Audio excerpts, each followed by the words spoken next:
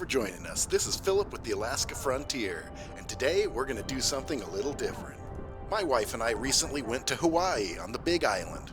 And two of the coolest things that we did when we were there was diving in the deep ocean with the whales, and then moving to the coral reefs to look for sea turtles.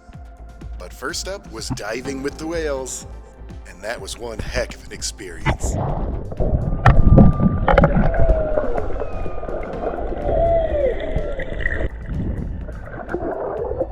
One by one, we all jumped into the deep ocean. No life jackets, just us.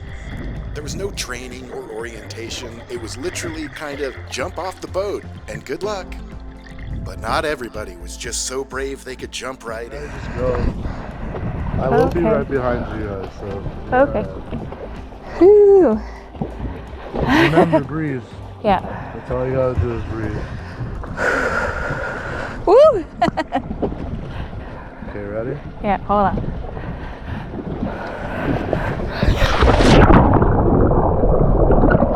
But nervous or not, we all jumped in, and probably the first thing we all did once we put our heads under the water was look down. It was a vast, shimmering abyss beneath us, and was equal parts amazing and terrifying.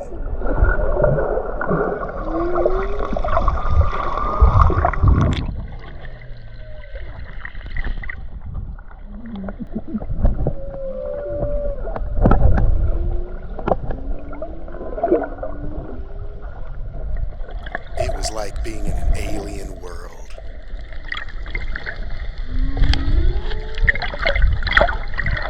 And this last one sounded a little bit like a noose.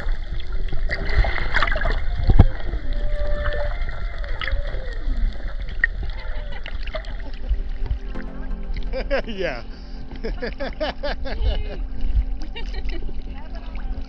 It's beautiful, for sure.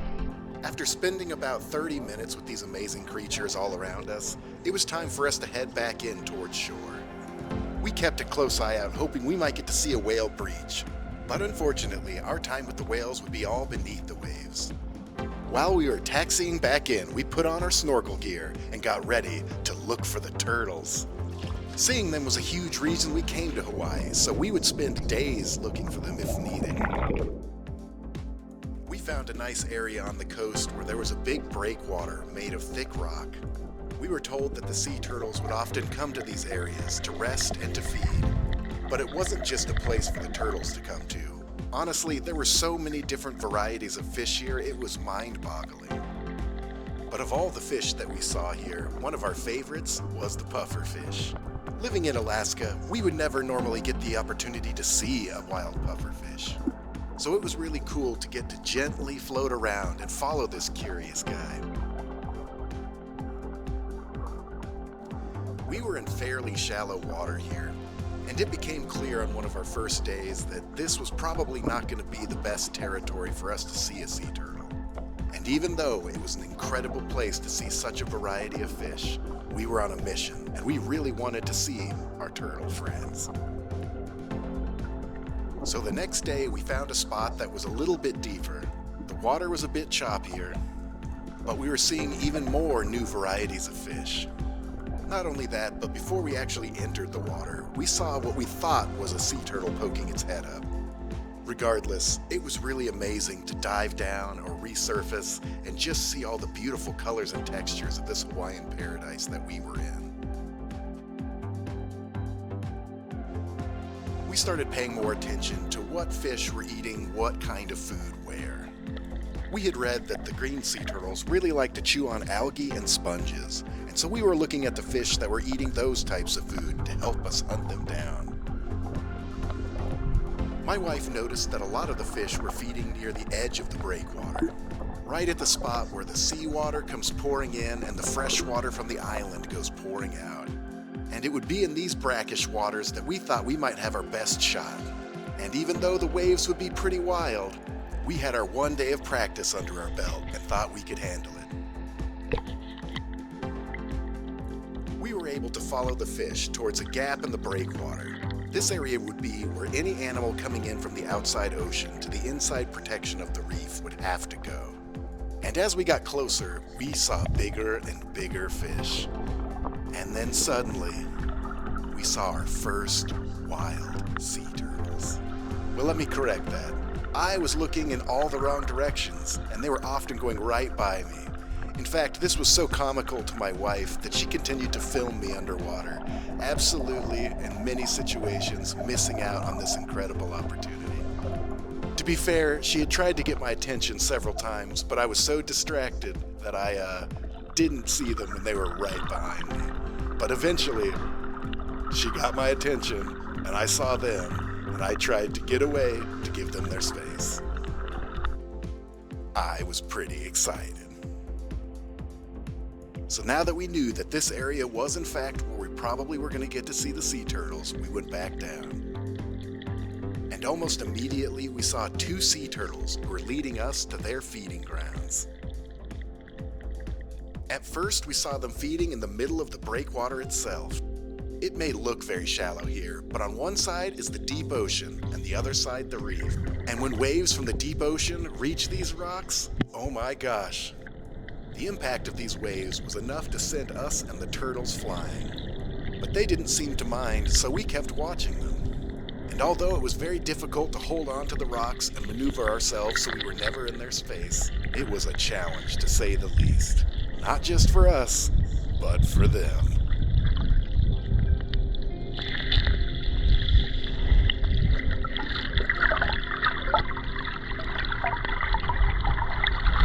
Even though the sea turtles have specially designed claws on their front flippers to hold on to rocks, this situation was getting to the point where nobody could even see, little less eat. So we then observed the sea turtles coming in to a bit more of the calmer waters in the reef, which was a great relief to us all, I can tell you. Here in the much calmer water, we were able to set up on particular rocks and wait to see if the sea turtles would come by. And they, along with many other fish, would, and they would chew on the algae and sponges. In fact, they would chow down continuously, sometimes for several hours. We would find out that these were more like calm grazing pastures for the turtles, a welcome reprieve from their more frantic ocean lives. Unfortunately, a lot of these turtles also spend their time in the harbor. And spending time in the harbor means sometimes they have interactions with humans, and sometimes their boats. You can see here a few scratch marks on the back from when a propeller unfortunately hit this guy. But mercifully, they have a nice strong shell that protected them, and now they can continue to graze and delight people around the state. After a few hours of feeding, we noticed them start to slow down, chewing their food more, and they began looking around themselves. After a while, we saw several of them abandon their feeding grounds and move towards the surface. And although unrelated, I thought interesting in this shot was seeing this brackish water. The seawater and fresh water mixing together almost makes it look oily.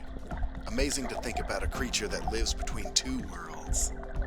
Then we saw something very interesting, something that we would see over and over in the next 30 minutes. They were coming up for air and filling their lungs. And not just one breath of fresh air, but several. At first, we were almost worried about what was happening, but we continued to observe them, and soon we would find out why. They were saturating their lungs with oxygen so they could find a nice place to take a nap. And finding a good place to take a nap means they needed to be comfortable and feel like they would not have to worry about predators. So this meant kicking up sand and trying to cover yourself in as much natural material as possible. Not all turtles had the same technique. The last guy came in hot. This guy's taking it a lot slower. But being meticulous and picking the best spot is extremely important, and the older turtles know that choosing the right spot could mean the difference between taking a nap for a few minutes or forever. This turtle missed the grazing period altogether and came in straight from the open ocean. As if some cosmic bell was going off that was telling all the turtles it was time to sleep, whether they were already here in the reef or not, this one showed up. And unlike the other turtles that we saw, this one chose an even different tactic that really highlighted what was going on here. These turtles have shells. These shells are not just meant to protect them, but they also provide perfect cover to blend in with rocks. You can see this turtle pulling himself into the perfect position to absolutely disappear amongst the rest of the rocks. It is no wonder that we struggled so much to find them when we first got here. Had they been sleeping, they would have been practically invisible. It had been a very long day, so we started making our way back towards the shore. But on our way, we saw several sleepy turtles. And we also saw a number of people actually swimming right past the turtles, having no idea they were there. Before we left, however, we set up in one final location, and we had this guy come right past us. A sleek, silent, and beautiful creature. One designed to live in the ocean depths and the shores all the same. When we got back to the surface, apparently my wife and I had been suffering from a very similar issue that day filming. Not yet. I keep smiling and then I get water in my eye. Me and my wife would really like to thank you for watching this video.